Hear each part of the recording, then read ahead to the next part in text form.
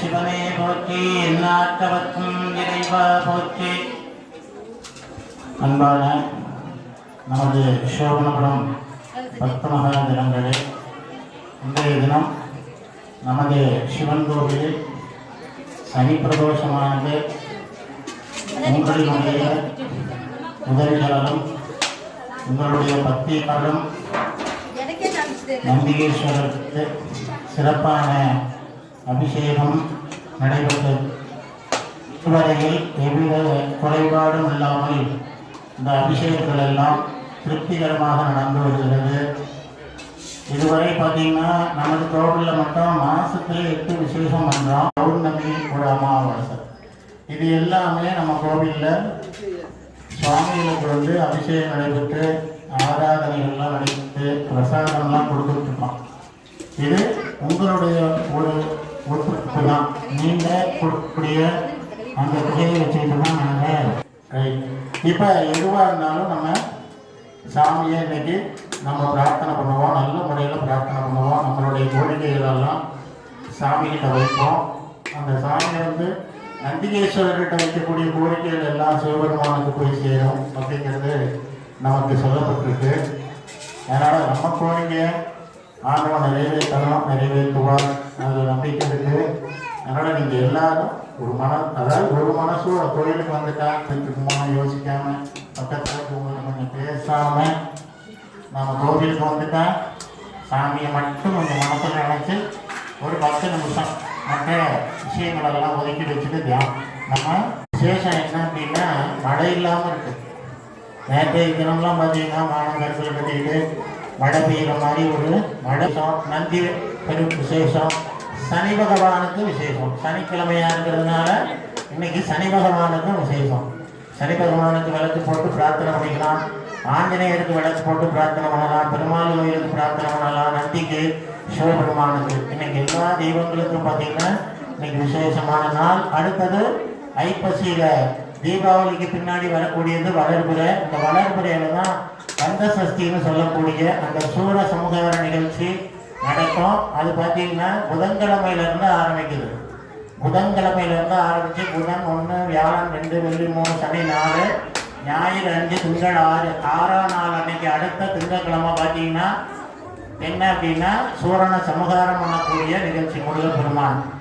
அதே போல செவ்வாய்க்கிழமை முருகப்பெருமான் திருமணம் கோலத்தில் இருப்பார். அது நாம் என்ன சொல்வது, திருக்கல்யாணம் நடக்கும் முருகப்பெருமானுக்கு. அதனால் இந்த விசேஷங்கள் எல்லாம் தொடர்ந்து நடக்கும்.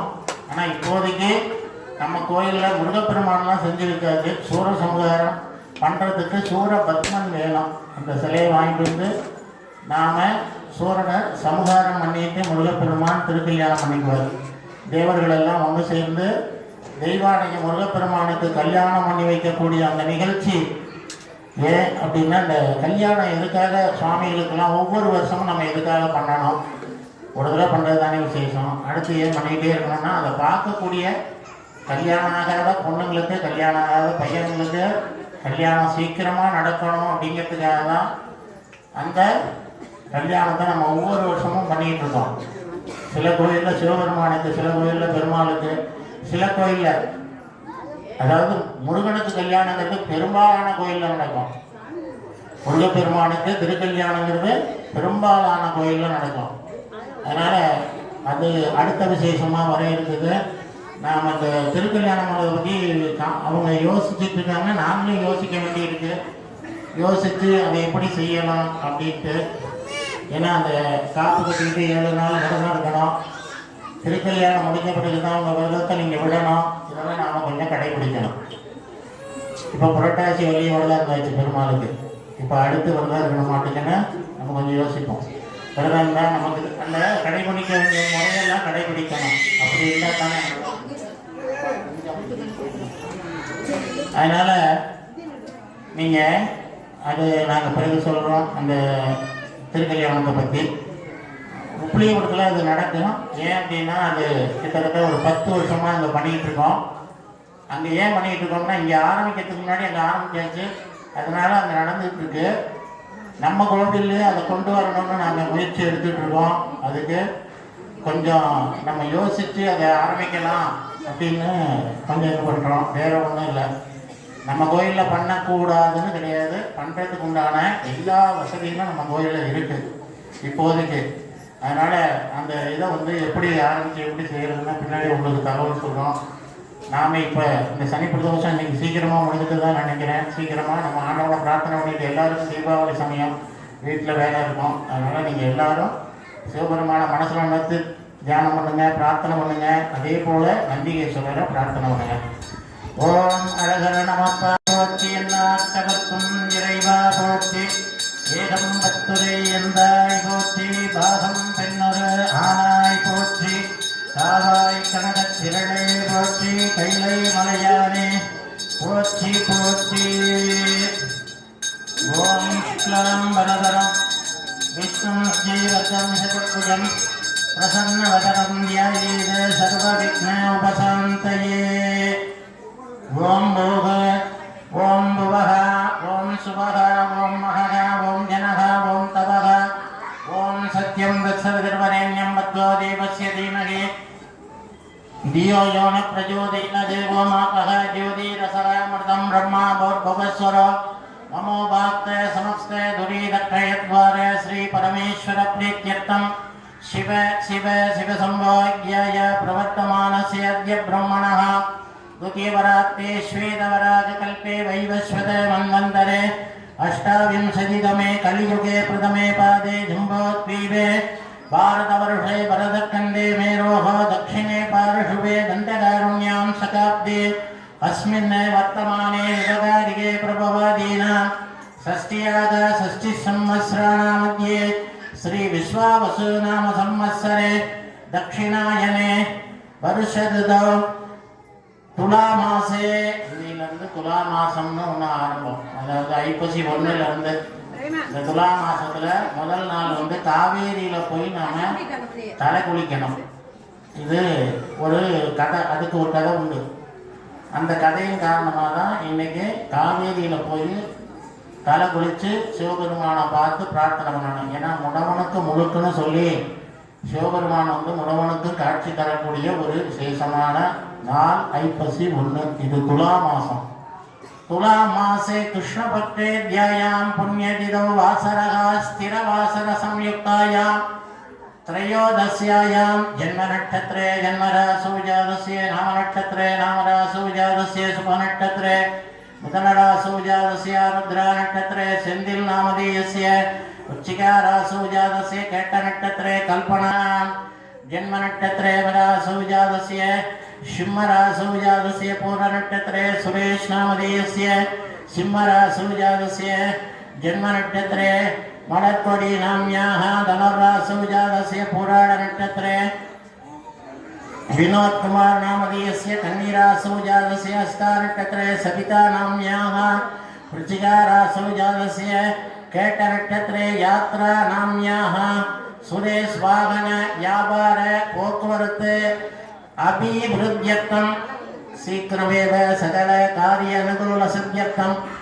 जन्मनक्षत्रे जन्मरासु जातस्य नामनक्षत्रे नामरासु जातस्य தேய்பிறை சனி பிரதோஷ பக்தர்கள் நாமதேயस्य சக குடும்பானாம் சேமஸ்தைரிய வியர்ய விஜயாயுள்ளாருத்யே ஐஸ்வர்யாபிவிருத்யத்வம் ஆயுள் சத்சந்தான சௌபாகிய இஷ்டகாமியாத்யக்தம் ஆதித்யாதி நவகிரக நட்சத்திர சகலதோஷவிட நிவாரணாத்யக்தம் आरोग्य दिदगात्र सिद्ध्यर्थम आयुल अभिवृद्ध्यर्थम धर्मार्थकाम्य मोक्ष शतविध बल पुरुषार्थ सिद्ध्यर्थम विद्या तुलिल व्यापार कार्य अनुकूल सिद्ध्यर्थम शीघ्रमेव बुद्धि योग विभाग पुत्र पौत्राभिवृद्ध्यर्थम धनम धान्यादि अभिवृद्ध्यर्थम नंदिकेश्वर मूर्ति प्रसाद सिद्ध्यर्थम काशी विश्वनाथ शिवमूर्ति प्रसाद सिद्ध्यर्थम काशी विशालाक्षी अंबिका प्रसाद सिद्ध्यर्थम नंदिकेश्वर मूर्ति पादारविंद योग अट्टोत्र बिंबदल पूजा मध्य करोसि ओम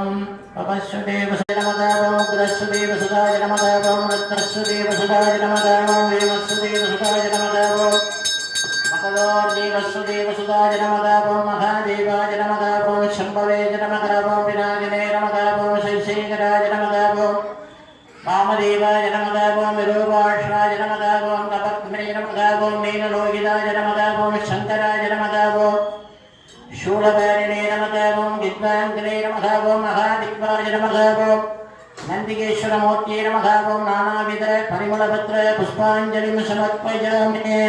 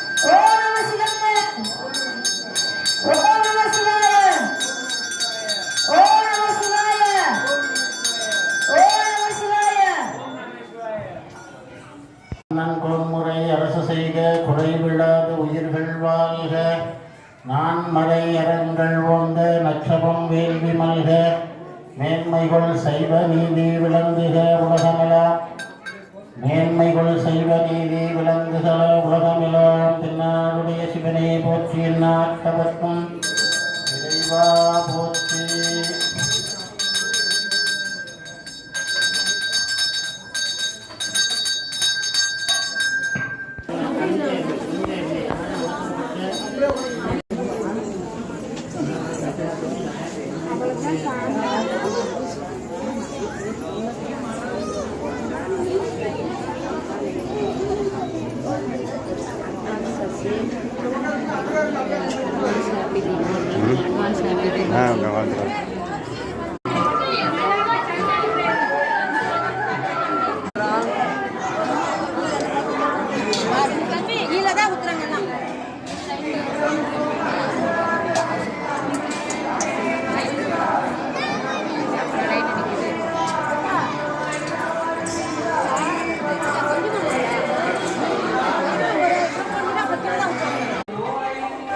Thank you.